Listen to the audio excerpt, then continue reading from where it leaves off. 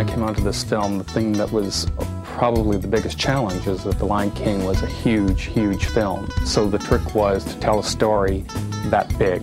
The Lion King is probably the most successful animated feature of all time, and we felt that in order to satisfy our audience's craving for more and to have them be able to spend more time with the characters, we created a sequel for them. There was a lot of pressure involved. We had to make sure that it was going to be just as good of a story. It was very intense because we did want to make sure that this group of lions that we all knew and came to love, especially Simba, that this would be a property that we could not just tell twice, but again and again and again. And that's a tough act to follow. So we were looking for something that was huge, that had a lot of emotional things involved in it. So it's really fun to sit with the writer and the director and the producer and really hash out a story that's going to be fun and entertaining, that will make you laugh and that will make you cry too. Working with Daryl Rooney as the director on the film was a wonderful experience. This is a man who has lots of passion about storytelling. What I really learned most about him is understanding and knowing your characters. He feels it inside himself, which is what makes him so good. For me as the director, what I did was I thought of, there's the first film that exists as a whole, and then I thought about the second film. What's a story that begins here but doesn't actually end at the end of the first film but ends at the end of the second film? The seeds of it are in the first film. Where is Simba now that he's taken over? Is everybody happy? Not necessarily. And that's where the huge story comes out of. It's like, now what happens to this little boy, this little cub that we all fell in love with, and what happens to him as he grows up? Simba's not really done with the hatred that he has for Scar. He couldn't truly be grown up, he couldn't truly be the king until he had let go of the hatred that he had for Scar and could just rule by being absolutely present. And I think that's one of the things that makes him so interesting, is that you really, really sympathize, you understand completely, and hopefully you see, no, Simba, don't act that way. Father, how could you break your promise? It's a good thing I did. To me, this story is a mixture of Romeo and Juliet and The Manchurian Candidate. And for anyone who doesn't know about The Manchurian Candidate, it's the story of a man who was raised by his mother and basically brainwashed by her. And in the story, he discovers that he's been manipulated. So that's what this idea is. In Romeo and Juliet, you're sympathetic with the children. As well as there being so many similarities to the original film, there were also some differences. There were a whole new cast of characters. It was kind of like the set of lions that were banned from coming into the Pride Lands. And that was led by this character named Zira. Zira is sleek. She's a mature woman, which lends perfectly to a feline kind of body movement. She's always got an angle. There's a certain angularity to the way she's designed. Sharp points tell you something about her. It's just sort of psychologically makes you feel a little fearful of her.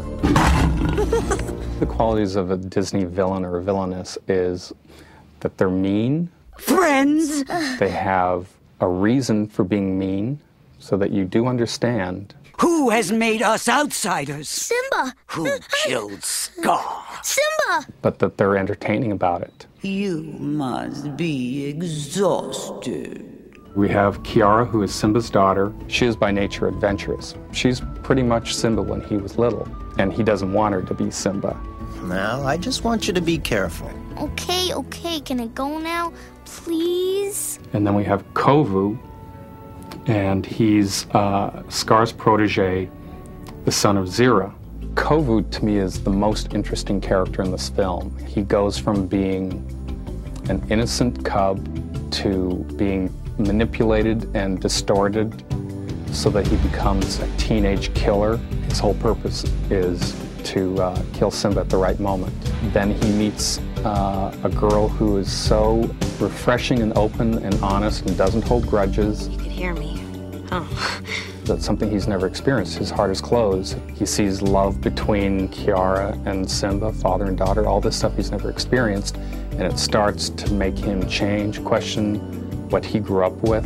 This film has two themes in it which really dovetail, and one is that love conquers all, and the other one is letting go of your past. You will never be Mufasa! We took actually a lot of steps to make sure that we maintained the integrity of the first film. We were able to get a lot of research information from feature animation so that we were making sure that we were very true to what the original models were, for example, what the colors of the characters were, how those backgrounds looked. In Los Angeles, our primary responsibility is the pre-production and the development of the property. So we start with a script, and then we develop that script into what will then go into what we call storyboarding, and that is a chance to basically take this script, take the written word, and to put visuals to this. And then once we have all these elements compiled, all those elements will get shipped to our studio in Australia for the production. It's this great team of artists that are so committed and dedicated to making these films the very, very best that they can be. And the fun part for me is going down there and actually seeing what used to be just kind of static drawings, and then, you know, you start putting all these drawings together, and all of a sudden,